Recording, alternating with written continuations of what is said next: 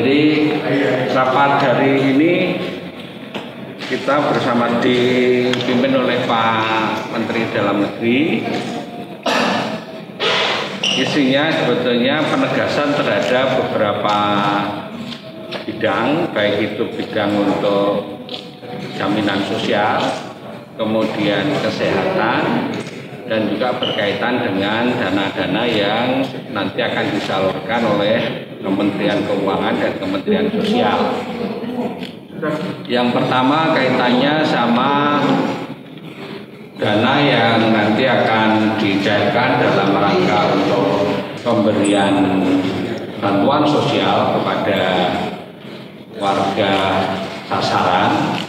Itu besarannya sudah diputuskan 600.000 per orang selama 3 bulan, April, Mei, Juni.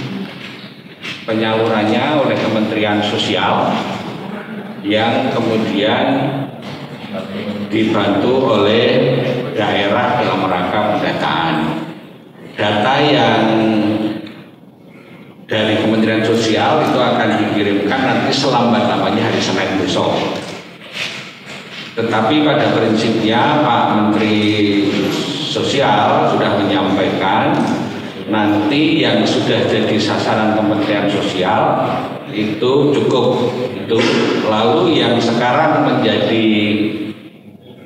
penerima bantuan sosial yang sekarang terimanya 200 boleh dilakukan top up oleh daerah. Gitu. Top up itu bisa diberikan dengan dana desa, boleh dengan dana kabupaten, boleh dengan dana provinsi. Sedangkan untuk masyarakat yang oleh desa itu seharusnya menerima, tetapi ternyata belum menjadi sasaran dari kementerian, baik yang 200-an maupun yang 600-an, itu boleh kemudian diberikan oleh kabupaten atau oleh desa atau oleh provinsi.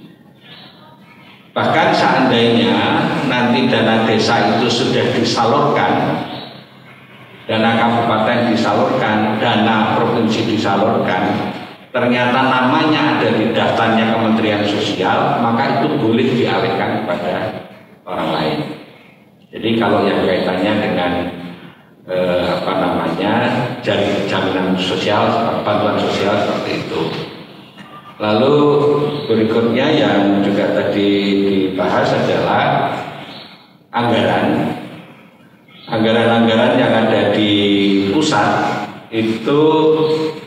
Dari sisi belanja banyak pengurangan-pengurangan karena pendapatannya juga berkurang.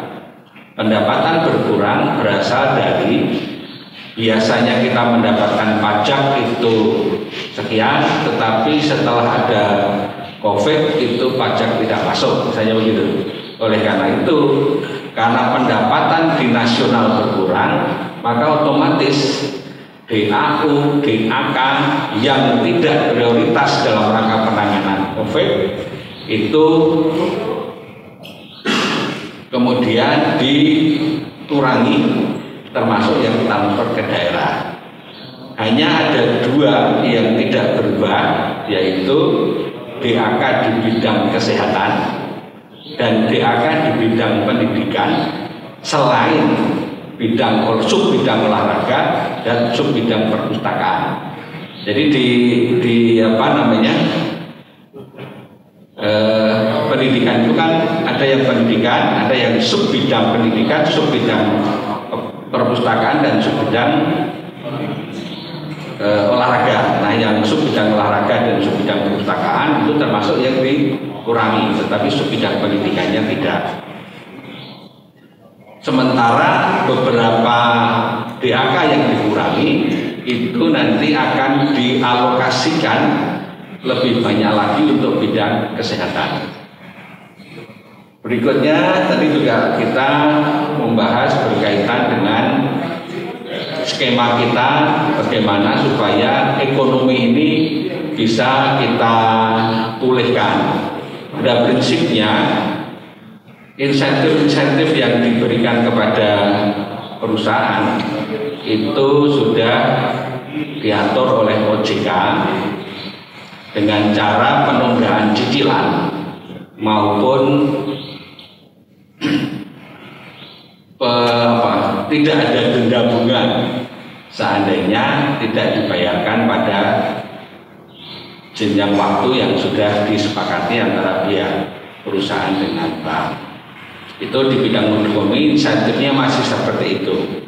Kemudian diminta kepada bupati wali kota yang selama ini pajak-pajak pariwisata, restoran, hotel dan lain-lain supaya ada insentif yang diberikan kepada para pengusaha itu karena mereka sekarang tidak ada pendapatan sama sekali. Tentu itu nanti akan ditindaklanjuti oleh bupati dan wali kota. Ya, angkanya sudah diberikan kita mendapatkan 125.000 KK. Tetapi by name by address-nya baru akan disampaikan ke kita nanti pada pada hari Senin. Besaran bantuannya yang 125.000 itu 600 kali 3 kali 125.000 kali 3 berarti 3 bulan. 3 bulan. April, Mei, Juni. Kalau kemudian di luar itu yang ditanggung DIY berarti apa?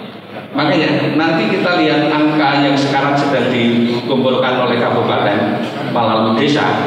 Itu kita lihat angka sementara kita yang diberikan oleh dinas sosial itu masih cukup kalau angka 125. Sudah tercover semua. Iya, kalau angka yang sekarang. Tetapi kemudian kita minta data kembali dari desa, dari kabupaten. Sebetulnya angka realnya itu seperti apa? Karena angka yang sudah diberikan oleh dinas sosial 76.000 sekian ya, itu adalah yang biasanya mendapatkan bantuan sosial. Tetapi begitu ada COVID kan ada sasaran lain yang semula tidak jadi sasaran kemudian harus menjadi sasaran karena terpapar terdampak terhadap COVID itu. Kalau yang 200.000 tadi apa? Ada PKH, ada sembako, itu kan terimanya 200.000 kali 1 tahun sampai Desember ya. Nah, yang itu boleh kalau misalnya dana desa, dana kabupaten atau dana provinsi melakukan top up terhadap itu. Jadi yang diterimakan 200 itu ada yang diterimakan sembako, ada yang diterimakan tunai. Yang tunai ya tetap tunai, yang sembako tetap sembako. Tetapi kalau yang 600.000 kali 125.000 orang itu diterimakan dalam bentuk tunai nanti. Datanya itu nanti yang sudah dibuat oleh Kementerian Sosial itu adalah data lama yang pernah kita kirimkan, tetapi nanti akan ada cocokan dari bottom up setelah ada COVID gitu. Nanti kita akan cocokkan. Yang meleset berarti bisa digeser.